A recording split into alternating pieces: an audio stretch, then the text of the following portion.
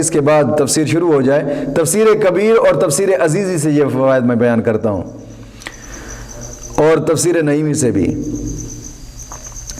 کہ پہلا فائدہ یہ ہے کہ جو شخص اپنی بیوی کے پاس جائے ہم بستری کرنے کے لیے، تو جانے سے پہلے یہ بسم اللہ شریف پڑھ لے، بسم اللہ شریف پڑھ کر پھر اس کے پاس جائے اور ہم بستری کرے، تو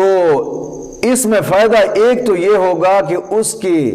اس عمل میں شیطان شریک نہیں ہوگا، اور دوسرا فائدہ یہ ہوگا کہ اگر اس صحبت سے حمل ٹھہر گیا اور اس حمل کا جو بچہ زندگی میں جس قدر بھی سانس لے گا، اس کے باپ کے لیے اس کے ایک سانس میں کئی نیکیاں لکھی جائیں گی، اس بچے کے سانس میں ایک اس قدر ہی جناب جی اس کے باپ کے لیے اعمال میں نیکیاں لکھی جائیں گی. اور دوسرا فائدہ یہ ہے کہ جو شخص کسی جانور پر سوار ہوتے وقت بسم اللہ شریف پڑھ لے، بسم اللہ اور الحمدللہ پڑھے، تو اس جانور کے ہر قدم پر اس سوار کے حق میں ایک نیکی لکھی جائے گی.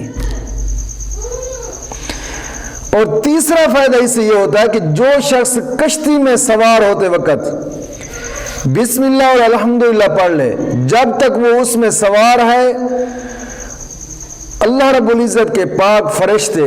ایک تو نیکیاں لکھتے رہیں گے اور دوسرا اس کی کشتی کو ڈبونے سے محفوظ رکھیں گے.